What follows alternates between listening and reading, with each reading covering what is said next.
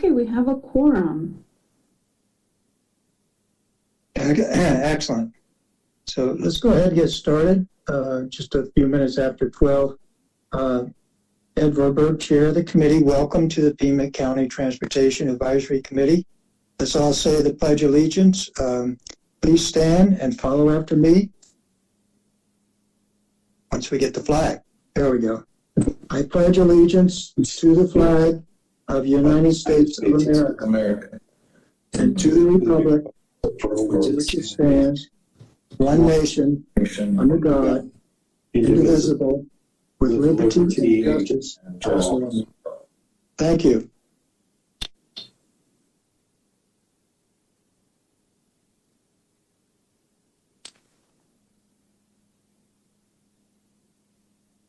Okay, Annabelle, you said we had a quorum, but go ahead and do the roll call, if you would, please. Thank you, Chair. Members of the committee, my name is Annabelle Valenzuela. I'm with Pima County Transportation, and I will begin the roll call. Albert Lutzkis.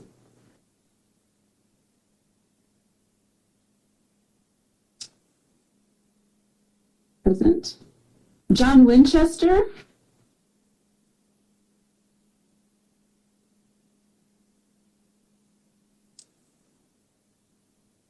Dan Ekstrom. Here. Thank you. Melissa Brown Dominguez. Present. Thank you. Charlene Robinson. Here. Thank you. Tom Barenzi. Present. Lucretia Free has notified us she will be absent. Frank Santa Cruz. Here. Chair Berber. Present. John Bernal. Here. Tom McGovern. Here. Ramon Valadez.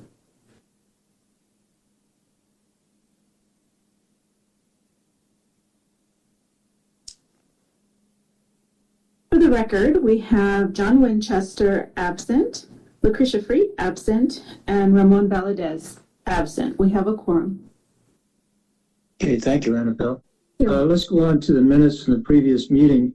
I hope everybody's had an opportunity to review them. They go out plenty of time ahead of the meeting. Are there any comments on the minutes? If not, I'd entertain a motion for approval of the minutes. Move approval, Mr. Chairman. I'll second. Who seconded? Tom Borosny. Okay, thanks, Tom. All in favor of approving the minutes, say aye. Aye. Aye. Any opposed, say nay. Okay, the minutes are approved. And thank you. I don't know who on the staff does this, Annabelle and Anna, but they do a great job. So thank you very much for what you do. Okay, is TJ with us? Looks like the PowerPoint's with us anyway. I'll try the last name, TJ Kiewitz. I don't know if I got close on that. I can always be corrected. TJ, if you want to move ahead, if you're with us. Yes, I think I just unmuted here. Okay. Okay, so I'll give you a little synopsis of what El Toro did to Tucson. Are you hearing an echo? It's fine. Okay. So El Toro de Tucson has been going on for 38 years. And if you get to the next slide, please. It's the largest cycling event in the United States. We had 6,700 participants in 2021. 30% of those folks were from outside the state of Arizona. And we had participants from all 50 states. And 51% of the participants are from outside of Pima County. So the next slide, you'll see we have three different main routes from 102, 57, and down to 28 Mile. We also had fun rides for children between 1 and 10 miles. And so there was between 3,000 people riding the 100 miles down to a few hundred for the kids' rides. As we started looking for new ways to make it more safe and efficient for 2022, various police departments had asked us if we can consolidate routes so we wouldn't have as much barricades, road closures, law enforcement involved. And so some of the things that we've been looking at in the early meetings for planning 2022 was to see if we can combine some of those routes that you're using for the 102 distance and see if we can get more officers on those routes and put more of the routes together. And so if you look at the next slide, we're looking at, could we keep everything south of downtown? One of the new challenges that we'll have in 2022, it will also be a game day weekend. And we know that the amount of police detail that are required on University of Arizona games is definitely concerned to make sure that we have enough law enforcement to properly make this a safe event. So as we start meeting monthly, it's with city, county, state, law enforcement, engineers, and other safety officials who all give really great input and just trying to get a route down that makes it safe, enjoyable for people coming from all over the world, but also efficient as far as not shutting down as many roads as possible. So that's where we're at right now as we start planning for the November 19th, 2022 El Tour de Tucson. So I just wanted to give a kind of an opening and stop and answer any questions that the committee might have concerning El Tour de Tucson. Yeah, Ed, I have at least one. Ed, this is Tom Bresney, TJ. Good afternoon. I'm down here in the Green Valley area, and one of the concerns we had last year was the perception of a lack of coordination with the Sheriff's Department down here, the Green Valley Sheriff's Auxiliary Volunteers, some of the fire districts like the Green Valley Fire District, the Helmet Peak Fire District on support that they would need. How do you go about requesting that support from the law enforcement and first responders? Yeah, thank you for the question. Just starting the meetings already, I know Lieutenant Carlson from Pima County has looked at all the entities that should be involved from the very beginning and has invited fire chiefs, different first responders into those meetings. So at the next meeting, which will happen in March, we'll have an invite at least to every one of those departments that are impacted at all by the route to make sure that they're in on the ground level as the planning goes. Okay.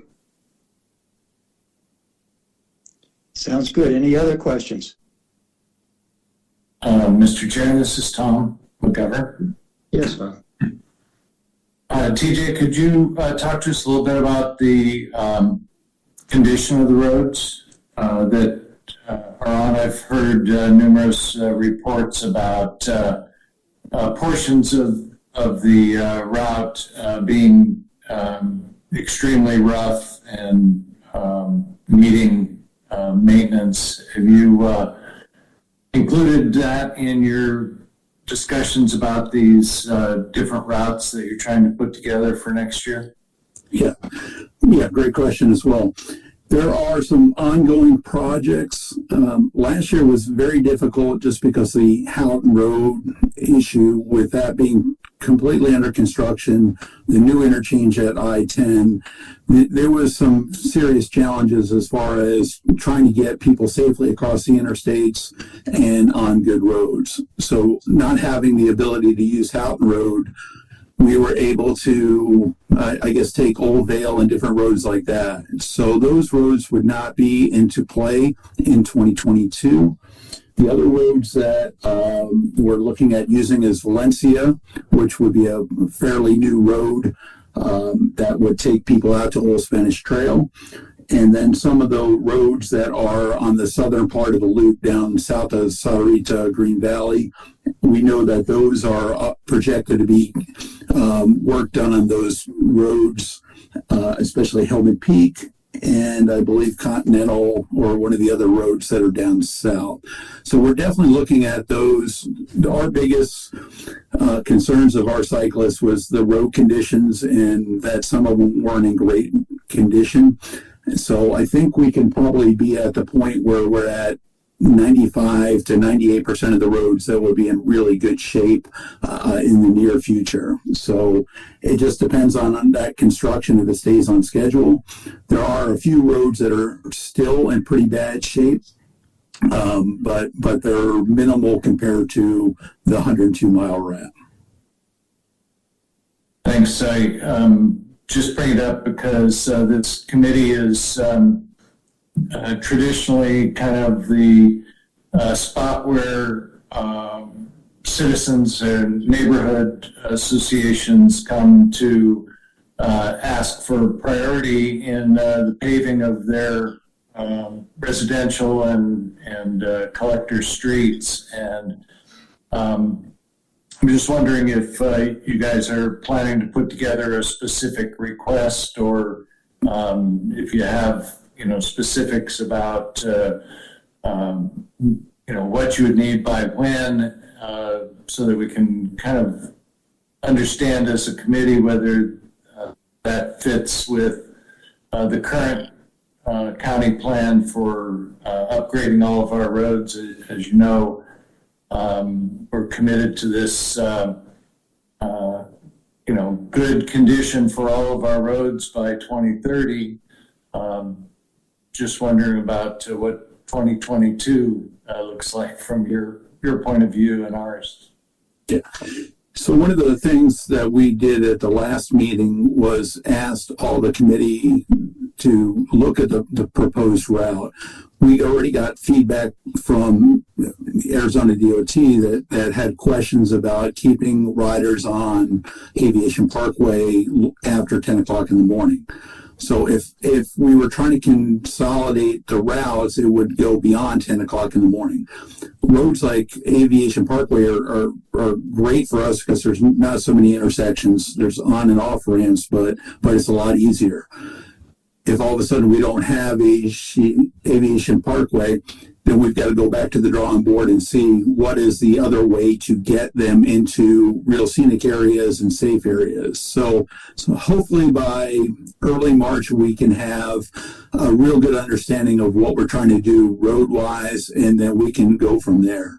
But making sure everyone buys into the route that we're trying to do, and try to be as construction-free as possible. And those are the tasks that we're trying to work on right now. Sounds like a good plan. We'll look forward to hearing from you as it gets more complete. Thanks for your presentation, by the way. Okay, any other questions? Yeah, this is Tom Bresney again. Yeah. Sure. Hey, TJ, just on a couple of the roads that you mentioned down in the Green Valley area, Helmet Peak is scheduled to be resurfaced this fiscal year as part of the repaving program. So it should be done by the end of June, hopefully, right? We're going to talk about that a little later. And then there was also a portion of Mission Road that's on the repaving schedule also in the Green Valley area. But one concern, have you talked to ADOT about the overpass over I-19 on Sarita Road? Because just in the last few weeks, they started doing redoing the deck of that overpass, and so traffic has been routed on the overpass itself. The lanes are real narrow. I don't know if that's a concern or not, or if you've been able to talk to ADOT about that, just make sure that they're going to have that done by November 19th. Yeah, it was mentioned by ADOT in this last memo that went out about the routes that we proposed and said it's a concern. Didn't get into much detail exactly what state it would be in at that point. And we had some workarounds, like, for example, the Houghton Road interchange this last year, and there was just an agreement that the crews wouldn't work on that day of El Tour. So there's probably some workarounds. Obviously, the traffic's going to flow through that area. So if that's the route that we end up on, and we can work through that I-19 exchange, it would be great. We did get great feedback that people loved riding down in that area.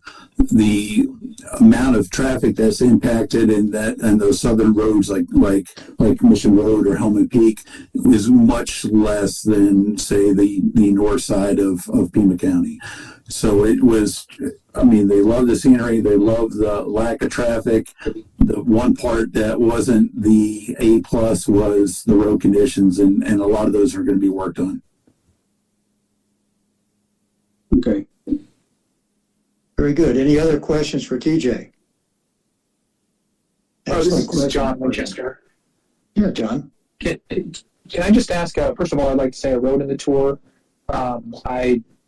Being not just a resident, but born and raised here, this is, I think, the best tour route that you guys have planned.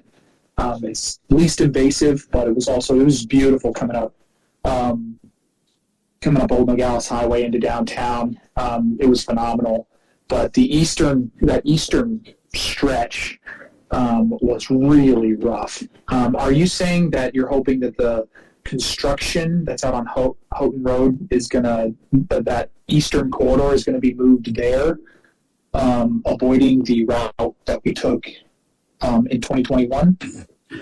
The biggest challenges we had were by like Gulf Links and getting down on the other side of Houghton. Once they were on Old Spanish Trail, it seemed to be decent. It was one or two spots that were not fantastic. But we would look at using the new Valencia Road that would start just by the Amazon plant there and take that all the way to the east out to Old Spanish Trail. And that's a road that's probably been rebuilt within the last few years. So it'd be pretty smooth sailing on that road. The scenery in Old Spanish Trail, Pistol Hill, and that area is just breathtaking. So we don't want to lose any of that. But we want them to get there. We had people that blew out tires and wheel sets by the rough road. So we're going to try to avoid as many of those bad roads as we can. I'm not sure if you rode the 100 or the 57, but the 57 had more challenges than any other route last year. So we're trying to get it as smooth sailing as possible, and hopefully we can cut down the number of miles that are in rough shape. I appreciate that. I did ride the 57, so it was really rough, but I just want to say thank you for your team. I know it's not easy balancing all the concerns. Is there any way, I'm a cyclist, so is there any way, that we can help you? I don't know if that's appropriate in this setting, but since I've got you on here, I might as well ask. Absolutely. I mean, we got great feedback just in surveys and just different sounding groups of cyclists to ways to improve this. One of the things they didn't think the 57 mile was as scenic as the 102. So we're looking at if we can consolidate some of these routes, we can bring the 57 out to Old Spanish and bring them on Pistol Hill. And that way they see some of the national park areas, just, a million saguaros, that type of scenery. And that kind of came back to us from different cyclists that said, it'd be really nice if the 57 would take some of those roads of the 102. So again, we're trying to make it really scenic, really safe. And then if we can consolidate roads that would be law enforcement friendly and less impact on the community, that would be a home run. Thank you. Excellent. Any other questions? Chair, I believe Albert Letzkes has a question. Oh, okay. Albert?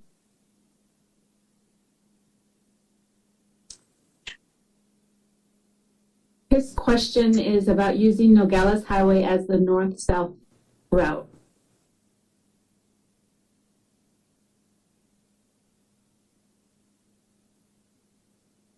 Can you hear me?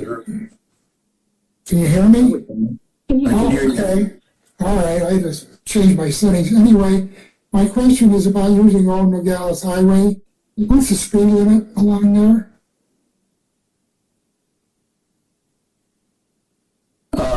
For bicycles, they were probably doing 35 miles an hour on that street. I don't know what it's rated as. Yeah, the posted speed limit is 55 miles an hour.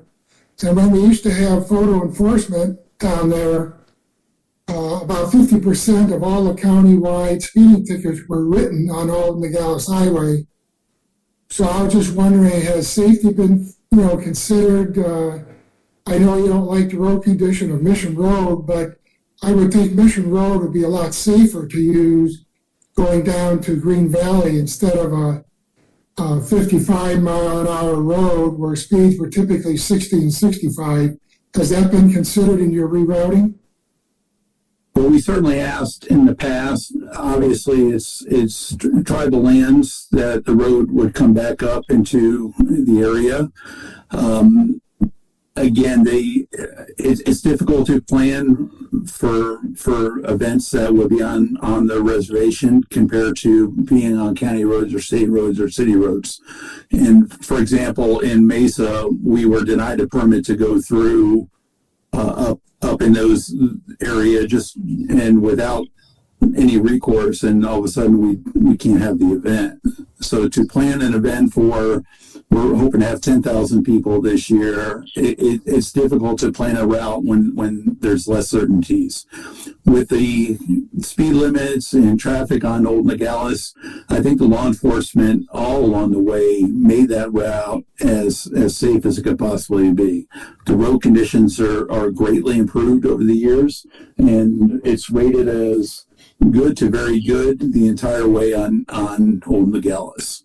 And so those things go into play as much as the traffic or speed enforcement on that roadway. So all those things are taken into consideration.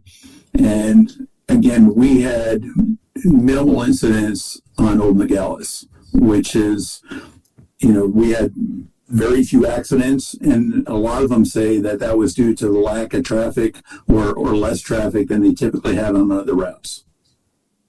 Do they typically close one of the lanes on one of the right lanes when traffic is going down that road? There were some places where they did close that off. They coned it off.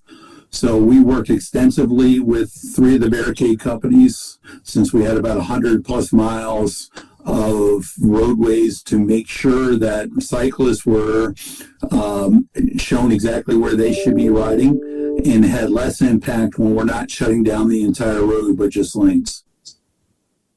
Okay, thank you very much. Thank you. Hey, any other questions? Those are excellent questions. Thank you, TJ, for joining us, for explaining what you're doing this year and answering the questions. You're welcome to stay. We do have an update on road repairs that Michelle does an excellent job on them. You may have already gotten that information, but if not, you're welcome to stay and listen to that presentation also. Love to hear it. Okay. Let's move on to a little bit more information about staff updates and the structure of the staff. Director Anna, would you please provide the information that had attached to our agenda and anything else you wish to add? Well, thank you, Chair Berberg and members of the committee. My name is Ana Olivares. I'm the Director of the Transportation Department. And if you bear with me, I will share my screen. And hopefully you can all see the screen.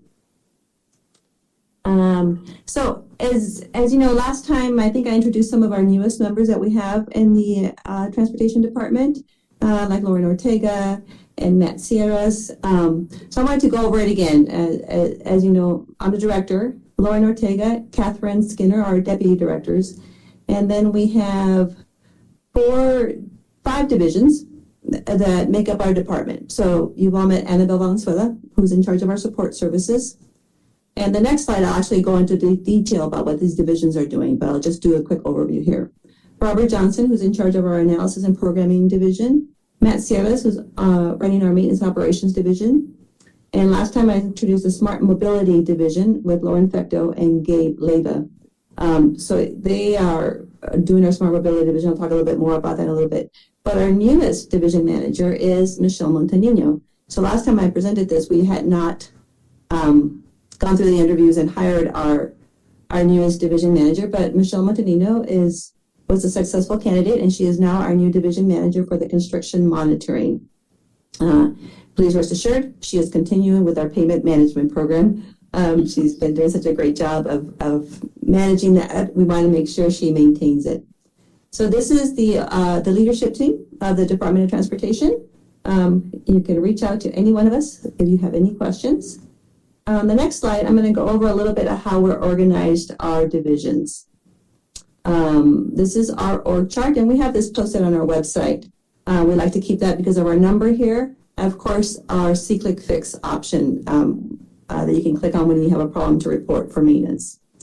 But our divisions are broken up as such. So as support services, that's Annabelle Valenzuela. She's in division manager for that. So this is a division that has our community relations, and that's our public outreach section of the department. So we do outreach for our projects, outreach for things that come in. They answer questions for the phone calls. People have requests for service. Any question that comes to our community relations.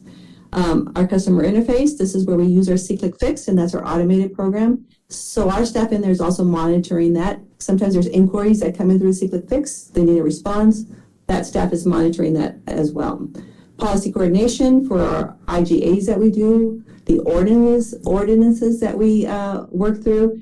We have some standard operating procedures and also some requests for public information. They're managed through that area. Our administrative support group in there, that takes care of paying all our bills. All our bills come through here. The department has bills to pay, so that staff takes care of it.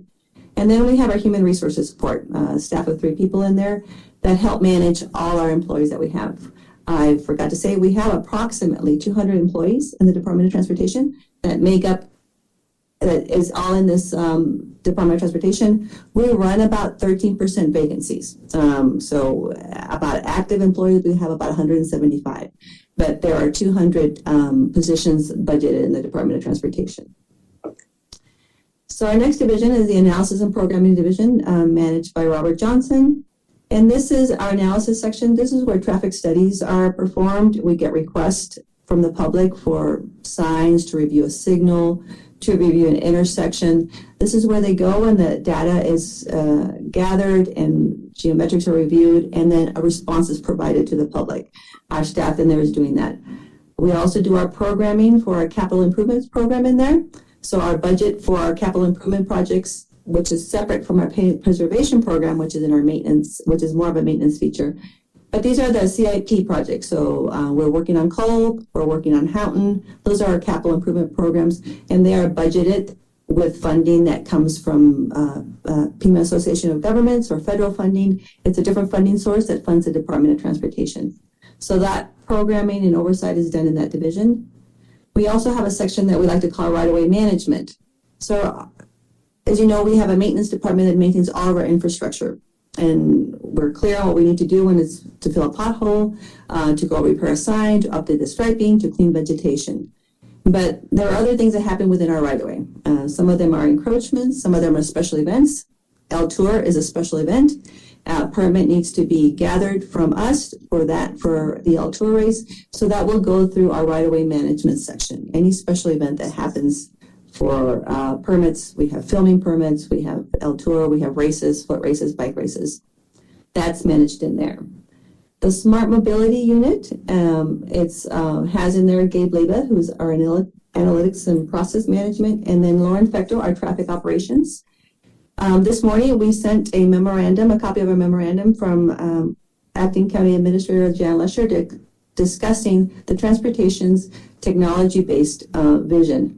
So that came from that area. Lauren Fecto wrote that document, And it talks about our technology-based vision for the Department of Transportation to move forward and make sure that we have guidelines and tools to use the data that's out there and the technology that's out there to be able to manage our department efficiently as how we operate, but also to manage the demand of the traffic that's out there.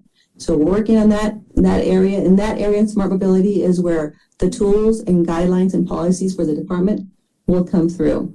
So we sent the memorandum for the committee, but what I would offer is we'd like Lauren Fecto to come at a later meeting and give you all a presentation and be able to answer questions and kind of go summarize over the document that was shared with you all. So we will schedule a time for Lauren to come and speak to the committee to that document. Our maintenance and operations is our biggest division of the department. I said all the maintenance is happening in there, from our pothole patching, crack sealing, our shoulder and dirt road grading, our miscellaneous work. We have drainage structures, cattle guards, sidewalks that need to be repaired. We also have our contracts. This is for landscape trimming and for sweeping. We contract most of that work out. Signals and markings, signing maintenance, and of course we have warehouse where we need to keep all our inventory and all the materials that we use to do maintenance is kept in our warehouses. So that all falls under Matt. It's a very busy division. That's where all the service requests come through our Secret Fix.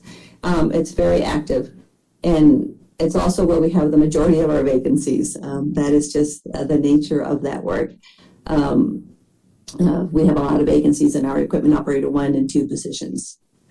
And our construction monitoring division is now being led by Michelle Montanino. So what we did there is we combined all the construction inspection of our infrastructure.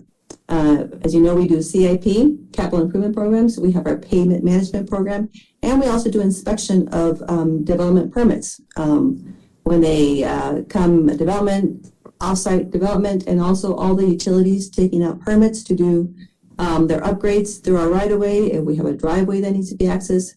These are permits that need to be inspected, but it's all infrastructure that we're going to maintain. So we want to make sure that we are consistent in how we review the work that is being done and how we accept the work that we are now taking into our maintenance system.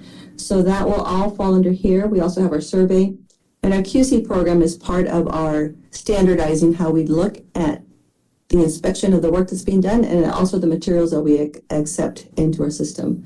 So all that will be done now under the construction monitoring with Michelle Montanino. As we said, she's also going to keep the payment management program because a big part of that is accepting our materials and the work that's completed. So standardizing that to make sure that everything we take within our infrastructure is consistent is what's important with this division. So that is a quick overview about what how our department is organized and what we do. And I'll be happy to answer any questions.